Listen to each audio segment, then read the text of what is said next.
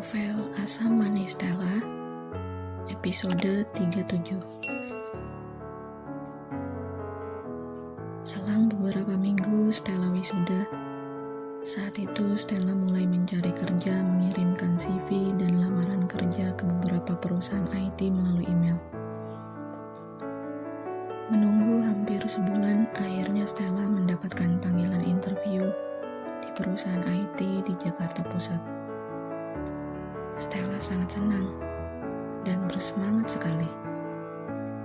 Rupanya selama ini Stella berjanji dalam dirinya, jika dia mendapatkan kerjaan cepat di perusahaan IT, Stella akan berhijab. Dan ternyata doanya dikabulkan. Stella diterima kerja di perusahaan tersebut. Stella mulai memantapkan hatinya dan bertanya langsung pendapat mama, papa. Mereka ternyata mendukung Stella.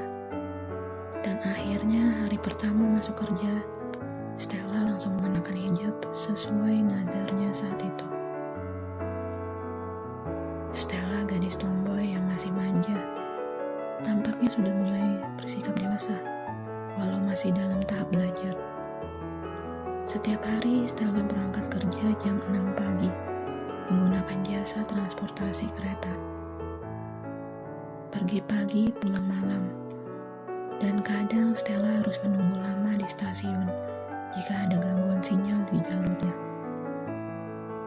Mungkin karena Stella baru lulus kuliah, gaji yang diterima Stella tidak cukup untuk menutupi biaya ongkos setiap harinya. Awalnya Stella memang tidak mempermasalahkan itu, karena tujuan utamanya saat ini untuk mendapatkan pengalaman bekerja. Namun, setelah diskusi dengan mama, papa, tampaknya Stella harus resign dan mencari pekerjaan baru. Stella hanya bertahan selama 1 tahun, dan dia mulai mencari pekerjaan baru. Stella merasa bosan dengan ingin pergi keluar kota. Saat masa nganggur tersebut, Stella mulai berpikir tentang keluarga kandungnya. Stella mulai mempertanyakan asal-usulnya lagi. Dan malam itu, saat mama dan papa sedang duduk di depan teras rumah, Stella menghampiri mereka dan berkata, "Ma, Pa, maafin Stella ya, belum bisa membahagiakan mama dan papa. Stella sekarang belum bekerja lagi, tapi aku janji akan mendapatkan pekerjaan yang lebih baik. Sebelumnya Stella mau minta maaf sama mama dan papa, karena Stella sudah lancang. Stella sudah memendam ini cukup lama, dan mungkin ini saatnya Stella mengetahui yang sesungguhnya." "Maksudnya apa, Stella?" Mama terlihat bingung. "Iya, Ma. Stella sudah tahu semuanya kok. Stella sudah mendengar semuanya. Sedari kecil pun Stella sudah mendengarnya. Tapi Stella nggak berani menerima kenyataannya. Apa benar Stella bukan anak kandung Mama dan Papa?" Seketika Mama dan Papa saling berpandangan dan kaget. Stella tahu dari siapa? Siapa yang bilang begitu? Papa penasaran. Papa nggak perlu tahu Stella mengetahuinya dari siapa. Yang Stella inginkan itu jawaban dari Papa dan Mama. Apakah benar, Pak? Stella dengar Papa dahulu. Mama dan Papa bukannya mau menutupi kenyataan yang ada, tapi kami memang mencari momen yang tepat untuk memberitahu kamu. Saat yang tepat kamu bisa menerima semuanya. Namun yang sudah pasti Mama dan Papa sangat sayang sama Stella. Dan itu jangan Stella ragukan.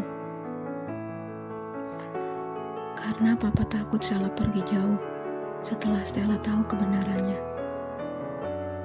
Papa pun mulai menceritakan panjang lebar kisahnya. Jadi, selama ini orang yang dulu pernah ke rumah dan menyapaku itu adalah ayah kandungku. Stella seolah tak percaya semua ini, namun hatinya berusaha untuk tegar. Sambil menahan air matanya, Stella berkata, "Jadi, memang benar aku bukan anak kandung mama papa." Mama memeluk Stella erat dan tak bisa dibendungnya lagi, tangisannya pun turun. Aku gak tahu saat ini harus berkata apa, tapi aku tetap sayang mama dan papa. Aku gak ingat, tapi aku juga ingin tahu semuanya. Aku harus bertemu ayah kandungku dan keluargaku. Stella sudah bertekad untuk pergi ke tempat ayah kandungnya.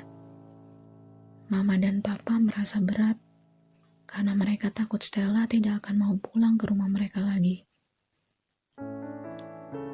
Mama dan papa gak perlu khawatir. Stella akan pulang, tapi aku mohon, izinkan aku bertemu keluarga kandungku. Aku ingin tahu asal-usulku dan mendengar langsung dari ayah. Dengan berat, mama dan papa pun mengizinkan Stella.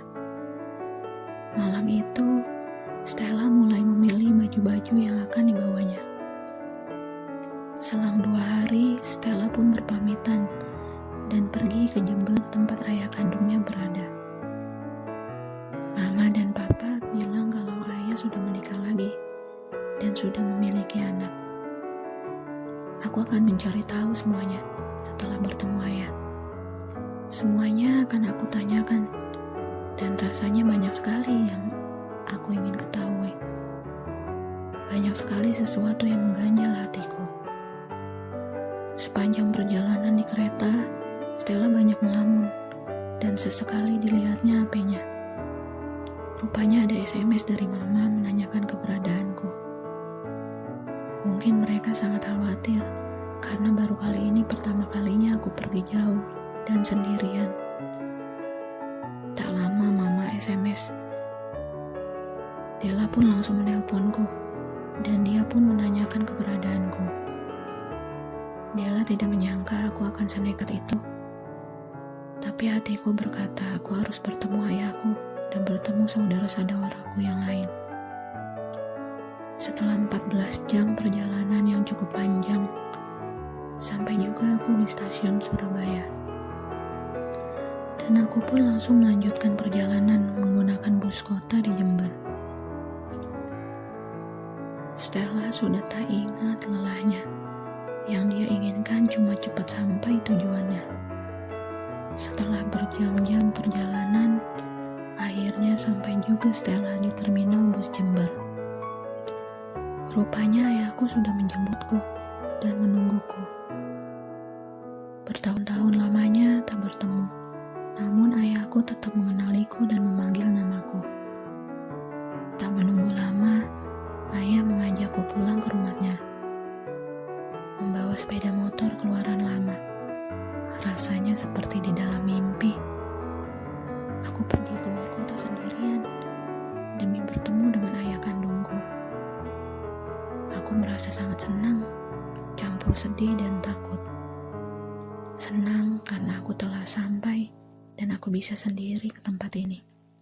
Sedih karena mama dan papa mungkin memikirkanku. Dan takut jika aku harus menentukan harus tinggal di mana ke depannya. Yang aku tahu saat ini, aku ingin bertemu keluarga kandungku dan mengetahui secara detail tentang asal-usulku. Aku pun tak berpikir akan menetap seterusnya di kota ini. Sesampainya di rumah ayah, dia pun langsung menyuruhku beristirahat. Ayah menunjukkan kamarnya dan mempersilahkan aku tidur di sana. Saking capeknya aku tak sadar. Sudah beberapa jam lamanya aku tertidur. Menjelang sore aku terbangun dan nampak seorang wanita menghampiriku. Rupanya dia ibu Bunga, ibu tiriku. Ayah menikah lagi semenjak mama kandungku meninggal. Stella, mandi dulu lalu makan. Stella yang masih merasa capek agak enggan beranjak dari kasur. Namun merasa tidak enak dengan ibu Bunga yang sudah menungguku keluar kamar. Setelah mandi dan mengganti baju, ayah sudah menungguku di ruang makan.